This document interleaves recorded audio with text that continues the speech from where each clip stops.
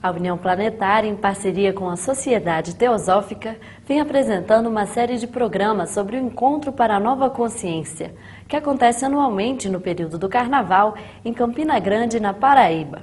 Hoje estaremos apresentando uma interessante abordagem sobre o masculino e o feminino na nova consciência, com Rosemary Muraro.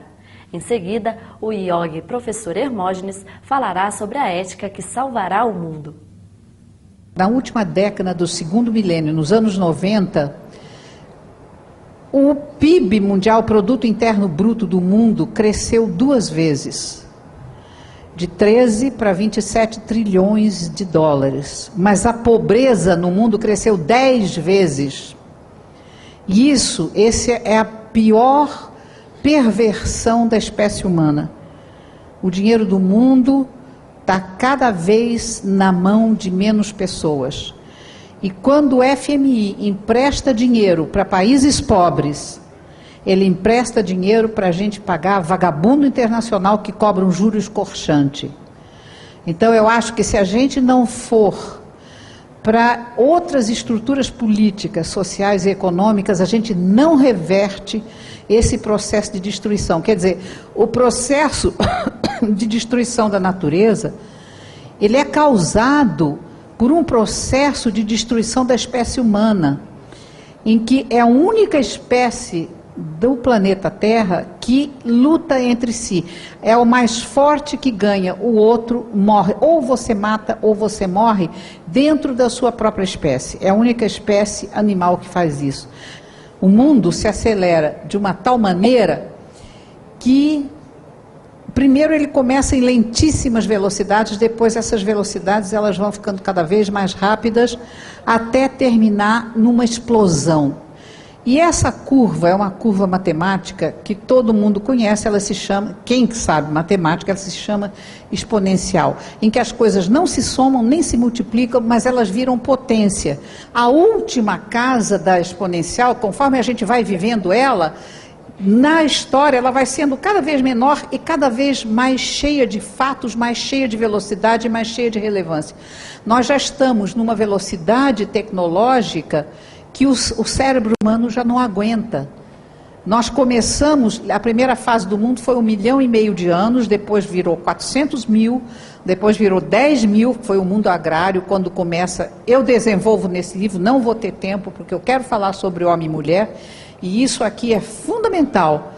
10 mil anos, a outra foi 200 anos, e foi a primeira revolução industrial, e a segunda revolução industrial tem apenas 50 anos, ela começou em 1950, e nós já estamos no limite, que é a revolução dos computadores, e nós já estamos no limiar da mais terrível revolução de todos os tempos da humanidade, que é a revolução biotecnológica, do fato de você poder fazer com que o DNA, quer dizer, o ácido de dentro das pessoas, das células das pessoas, o ácido desoxirribonucleico, ele seja transgênico, quer dizer, você possa mexer, fazer uma engenharia genética e transformar o ser humano. Quem tiver dinheiro vai ter gênio, vai ter beleza, vai ter tudo. Quem não tiver dinheiro vai ficar como está. Então, hoje, com o projeto Genoma todo decodificado, a gente vai poder ter 2 humanidades que não se cruzam mais, a dos opressores e a dos oprimidos.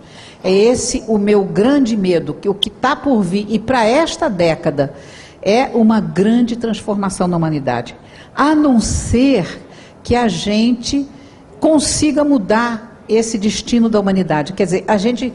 E conta-se também a anedota do português que dizendo, ora, pois, a anedota mais engraçada é destruir a lei da oferta e da procura. É exatamente isso que precisa. Você ter uma economia solidária em que a matemática seja o ganha-ganha, que interrompa essa espiral, enquanto ainda é possível, a gente não sabe se é possível fazer isso, ou então a gente não sobrevive mais 50 anos. E interromper a espiral é introduzir o feminino no mundo.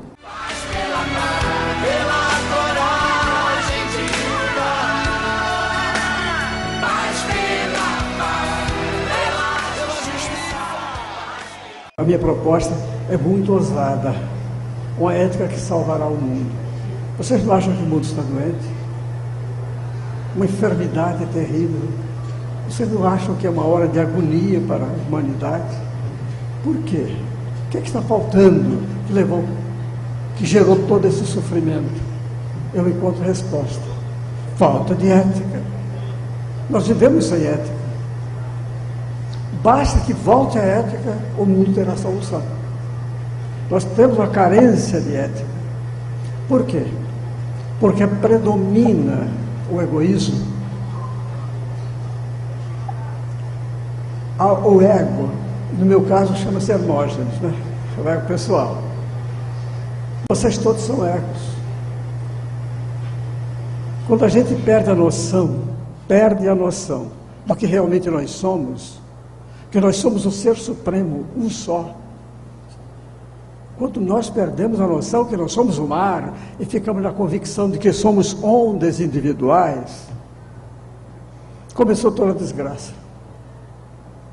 Porque sendo eu um ego, um fulano de tal, eu gosto de algumas coisas do mundo, outras eu detesto. Já começou muita crise é detonada a partir daí.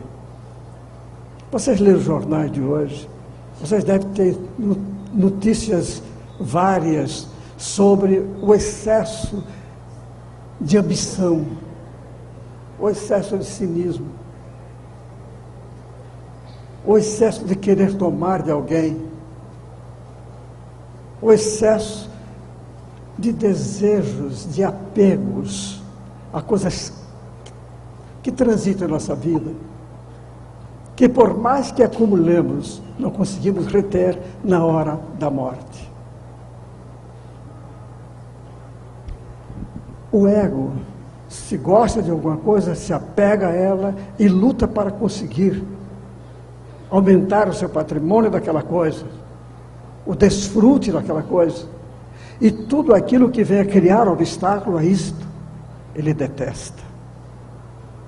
Vocês não conhecem pessoas assim, que dizem, eu adoro, digamos, pipoca, e detesto escola de samba. Não existe uma coisa que a gente adora e outra que detesta. Quanto mais uma criatura diz isto, maior o seu sofrimento. Porque quanto maior é o ego, mais nós mergulhamos no estresse. E daí vem a doença.